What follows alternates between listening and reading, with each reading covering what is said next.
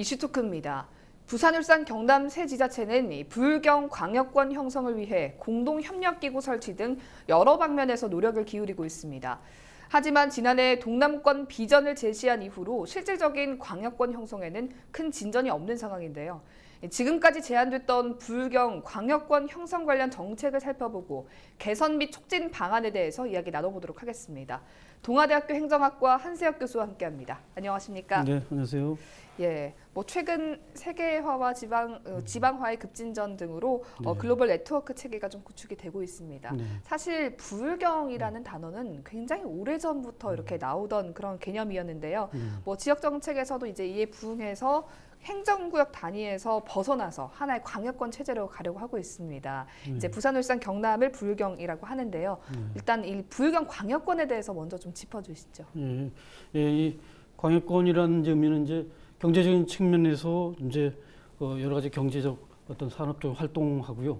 그리고 사회 문화적인 측면에서 이제 주민들의 생활이 어떤 도시를 중심으로 해가지고 이제 예전엔 경계가 뚜렷했었는데 이제 경계가 좀 약간 희미해져 가고 있습니다. 그래서 특히 이제 인근 지역과의 어떤 경계가 좀 약간 허물어지면서 특히 경제라는 것은 행정적인 경계입니다. 네. 또 영향을 이제 미치는 행위. 그래서 주민들의 생활이 특정 도시를 벗어나서 인근 지역까지 이렇게 확대되는, 그래서 우리가 이제 광역권이라는 의미를 이제 그렇게 얘기합니다. 그래서 불경 같은 경우에는 다중심형 도시권이라고 이제 얘기할 수 있습니다. 네. 그 지역마다 이제 쭉 발달해온 어떤 도시적인 특성이 있긴 한데 워낙 교통, 통신, 특히 교통이 발달해가지고요. 네. 교통 인프라가 잘 구축되어 있습니다. 그래서 가깝지만은 이제 어떻게 보면 거리상으로 네. 가깝게 이제 연결되고 행정적으로 그렇게 좀 독립적이지만은 그 생활적인 측면에 있어서는 거의 하나 되는 그런 의미를 이제 가지고 있습니다. 예컨대 이제 해운대에 거주하는데 직장이 울산에 있어요. 네. 그래서 김해에 가끔 이제 저 예술 활동, 이제 문화 활동하러 이제 김해 미술관 가고, 창원에 이제 신세계 스타필즈가 생기면은 창원에 쇼핑하러 가고 다시 이제 해운대로 오는 요것이 어떻게 보면 1시간 반이면 됩니다. 네. 워낙 그만큼 교통 인프라가 잘 깔려 있다는 거죠. 그런 측면에서 이제 인터넷 네트워크 어떤 도시라고도 이제 얘기되고 있습니다. 그래서 기능적 분할을 통해서 상호 의존성과 연계가 한층 더 강화되는 그런 어떤 도시 생활의 어떤 모습이라고 볼 수 있습니다. 네, 아무래도 말씀하신 것처럼 하나의 생활권이고 갖고 있는 지역적 배경이나 이런 것들도 좀 비슷한 면이 있는 것 같습니다. 예. 창원과 울산도 좀 비슷한 면이 있고 예. 또 부산과 울산도 바다를 끼고 있는 그런 면들이 좀 비슷하고요. 그렇죠. 좀 사회 환경이 바뀌면서 이런 광역권 형성을 위한 지역 발전 전략이 좀 세계적인 전략으로 떠오르고 있습니다. 예. 이 동남권 광역막 형성이 왜 필요한 건가요? 예. 지금 이제 우리 한국도 그렇고 외국도 그렇지만은 도시마다 공통적인 문제가 있습니다. 저출산 문제라든가 고령화 문제라든가, 그리고 이제 또 하나의 조례는 이제 분권화가 상당히 중요한 하나 그렇죠. 이슈가 되고 있거든요.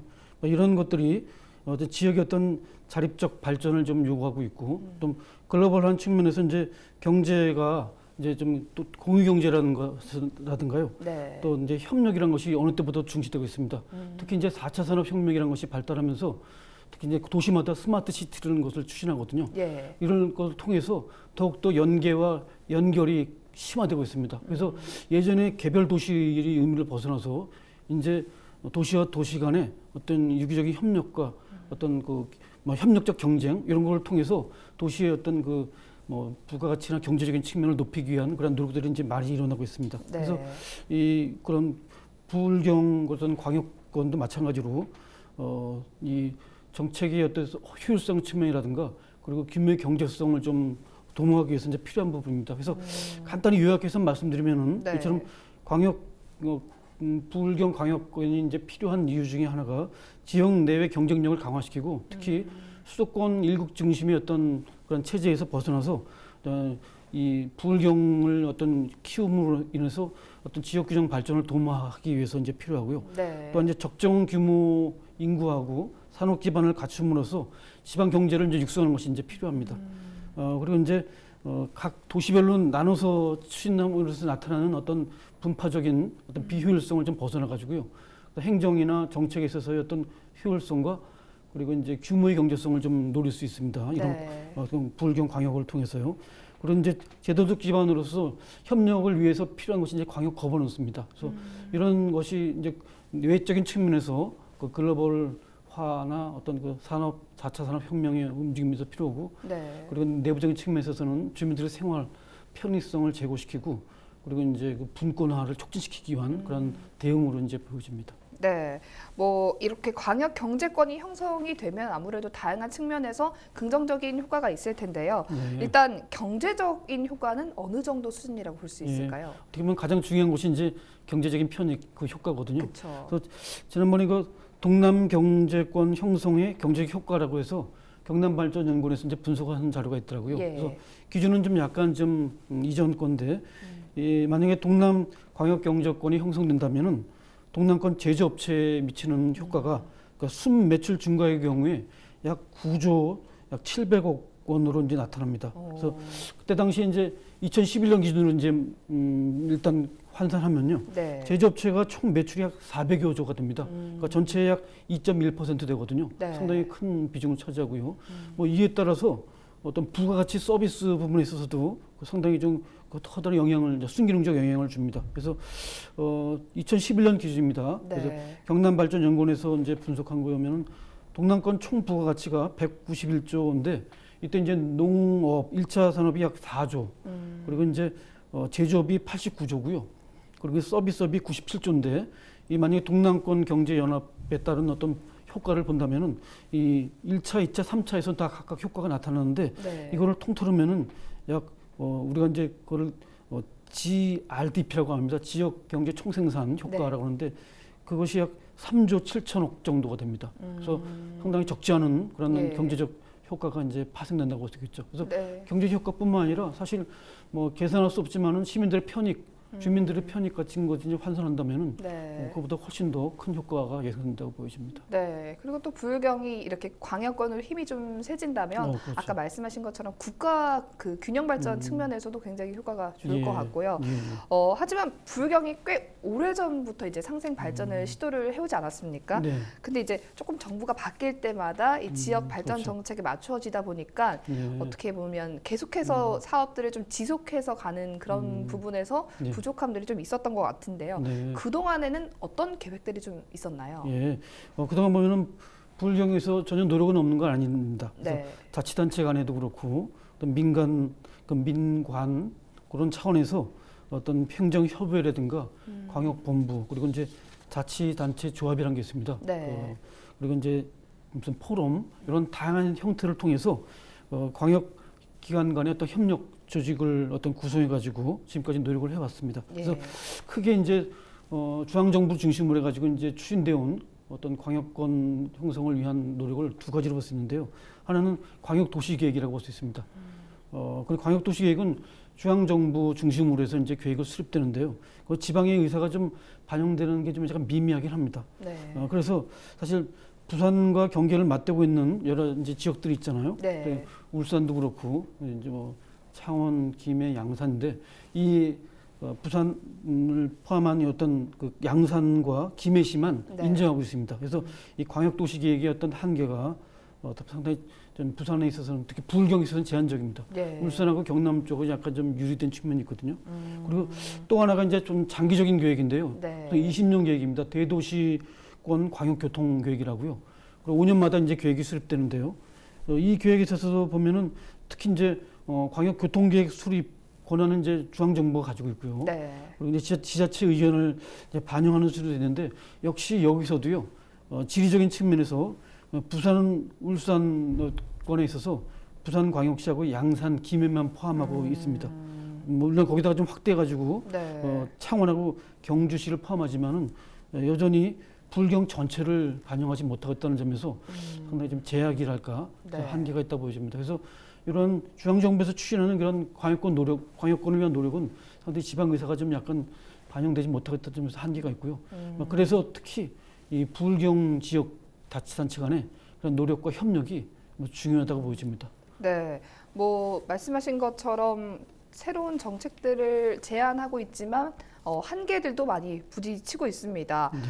좀 뚜렷한 성과가 그동안 없었던 것들은 그동안 이제 교수님이 금방 말씀하신 것처럼 어떤 교통적인 여러 가지 한계가 있었기 때문이 아닐까 싶은데 정책 추진 과정에서도 어떤 한계점이랄까요? 어떤 네. 문제가 좀 있었나요? 예, 사실 보면은 이제 이 불경세 지역의 자치단체가 이제 뭐 유사한 역사를 가지고 있긴 합니다. 네. 근데 이제 개별적인 독립적인 자치기관이기 때문에 역시 광역 계획들을 수립하는 데 있어서 계획 수립을 누가 할 것이냐 이제 이런 부분에 있어서 이제 합치를 못 보는 경우가 있고요. 네. 그리고 이제 광역 대상 범위를 정할 때 그 대상 공간의 어떤 범위를 어디까지 한정할 것이냐. 이제 네. 각 자치단 울산도 그렇고 부산도 그렇고 경남도 그렇고 이제 자치단체가 이제 시군구가 있거든요. 네. 그런 부분에 있어서 서로 어떤 연계라든가 연관성 측면을 고려해야 되는데 이거를 진짜 어떻게 보면 전체적인 측면에서는 이제 볼 필요도 있거든요. 근데 네. 각 자치단체마다 자기네들이 정한 그런 어떤 범위나 이런 것들이 있어서 사실 그런 부분을 쉽게 좀 조정하기가 좀 어려웠던 것 같습니다. 그래서 네. 그동안 그래도 오랜 노력을 기울여 왔음에도 불구하고 좀 이렇게 좀 큰 성과를 못 낸 이유가 바로 이제 그런 점에서 이제 이해관계가 이제 상충한다.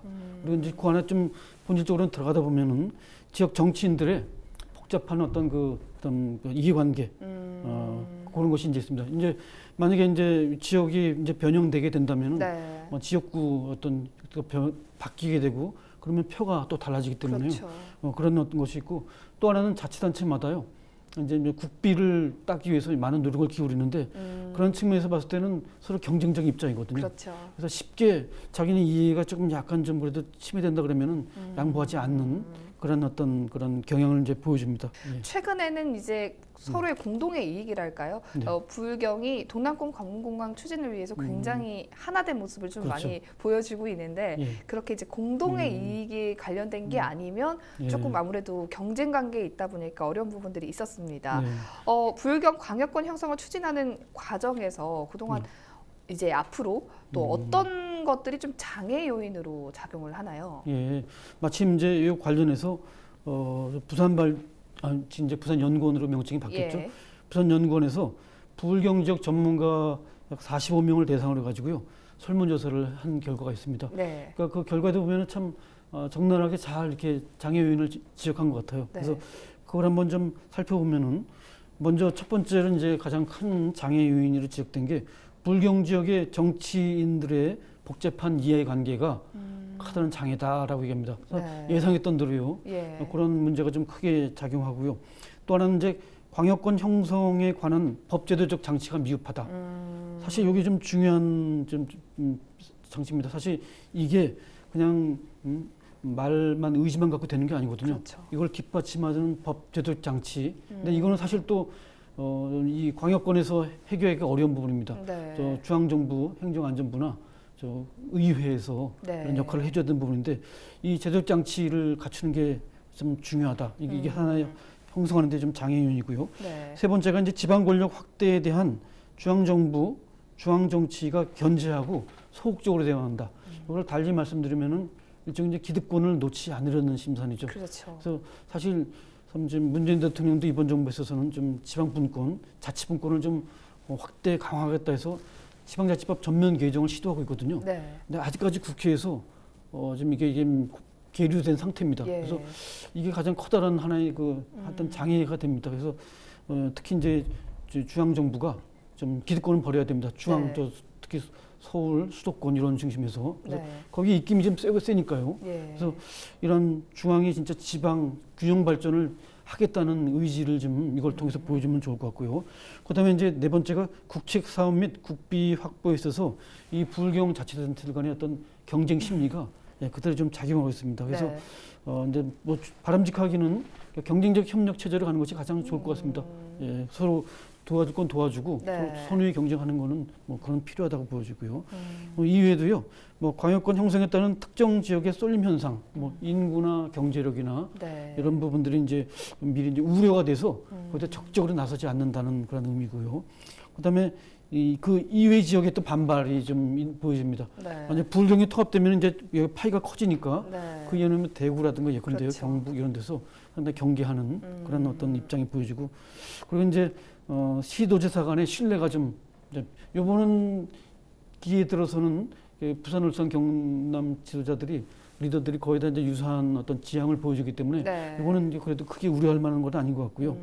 뭐 이외에도 뭐 좀 여기 대해서 좀 더 좀 현상 파악을 잘하고 좀 여기에 대한 사전 기초적인 연구가 좀 잘 이루어지면 좋겠다는 건데 뭐 연구는 많이 된 것 같습니다. 네. 그래서 일단 가장 그 첫 번째에서 세 번째 이런 요인들이 이 현재 부울경 광해권 형성하는데 가장 커다란 장애 요인이 되는 게 아닐까 생각이 됩니다. 광역망 구축은 세계적인 추세인 만큼 여러 나라에서 이런 시도들을 하고 있는 것으로 알고 예, 있는데요. 예. 좀 해외 사례가 궁금한데 몇 가지 예, 소개해 주시죠. 예, 이제 부산이 이제 메가시티라고도 얘기하는데 지향하는 바가요. 네. 이렇게 부울경 같은 그런 규모로 가면은 메가폴리스 형태가 됩니다. 그래서 거대 도시죠, 일종의 광역권이요. 네. 뭐 이제 대표적으로 이제 프랑스 같은 경우에요. 그 프랑스는 중앙 정부와 지방 간의 이제 협약을 통해 가지고 도입을 했습니다. 그래서 특히 이제 계획 계약이라는 것이 있는데 네. 그 광역자치단체 레벨에서 이제 레지옹이라는 그런 어떤 광역단이 지방 장관하고요, 의회 의장이 같이 이제 서명함으로써 이제 체결됩니다, 계약이요. 그래서 협의 과정에서 지방 장관이 국가 관련 기관 어떤 간의 어떤 조정이나 국비 배분 조정 이런 역할을 이제 수행하는 게 프랑스의 하나의 예고요. 네. 그리고 미국 같은 경우에는 이제 두 가지인데 하나는 이제 보스턴 광역권이라고 볼 수 있습니다. 네. 그래서 주정부 주도하에 근데 계획을 어떤 수립하고 추진하는 사례 중에 하나고요. 그리고 이제 좀 더 그보다 좀 약간 대표적인 것 중에 하나가 좀 자율성이나 독립성을 강조된 것이 포틀랜드 사례입니다. 포틀랜드 사례는 그 우리 같은 경우에 이제 시군구라는 어떤 시군구 레벨의 자치단체입니다. 카운티 레벨의 정부에서 약 3개, 그리고 이제 시티 정부에서 이제 24개에서 이 21개의 자치단체들이 서로 협력에 의해서요. 그리고 그런 기본적인 전제는요, 지역 주민의 합의가 바탕으로 한다는 겁니다. 그래서 지방 정부 간의 자발적인 협력에 의해서 그런 광역 계획 기구가 설립되고요.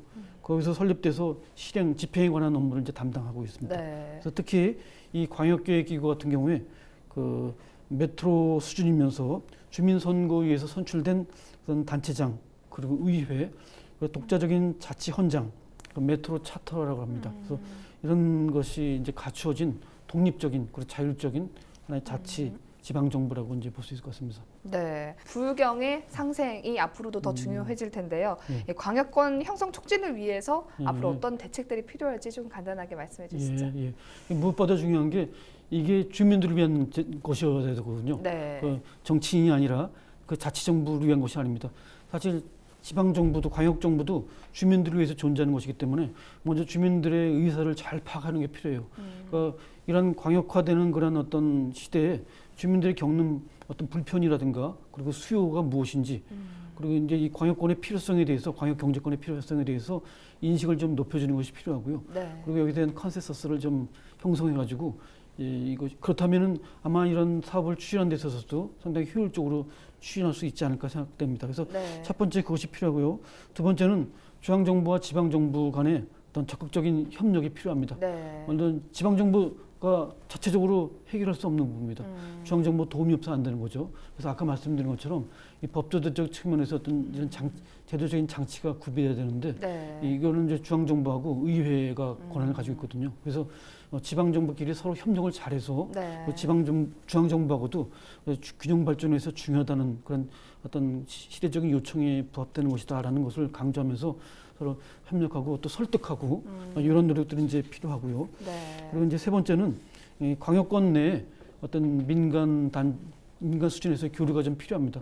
특히 여기서 이제 뭐 어떤 대학이라든가 네. 그런 산업 관련된 기구들, 뭐 NGO도 좋습니다. 네. 그런 기구들 간의 수평적인 협력을 통해서 진짜 행정적인 측면에서 나타나는 이기주의를 오히려 이런 민간 부분의 산학, 뭐 협력을 통해서 좀 극복하는 것이 필요하지 않나 생각됩니다. 그래서 부울경 지역에 이런 대학, 뭐 이런 어떤 산업체 그리고 또 NGO 이런 기관들이 서로 밀접하게 협력하고 교류하고 이걸 통해서 이 광역 정부들한테 인풋을 하고요. 네. 중앙 정부에까지 이렇게 좀 요구 사항을 좀 이렇게 좀 투입하는 그런 노력을 통해서 이 하나의 어떤 국가적인 차원에서 이거는 필요하다 균형 발전을 위해서 그런 것을 밑에서부터 이렇게 좀 의사가 전달되는 것이 설득력 있는 그런 어떤 한 방식이 되지 않을까 생각이 듭니다. 네, 최근 들어서 이제 부울경 지자체에서 의지를 갖고 좀 추진을 하려고 하는 만큼 예. 그 움직임들이 좀 멀리 거시적으로 내다봤을 때 결실을 맺을 수 있는 예. 그런 첫 단추가 되기를 바랍니다. 예. 오늘 이슈토크 여기서 마치겠습니다. 함께해 주셔서 고맙습니다. 네.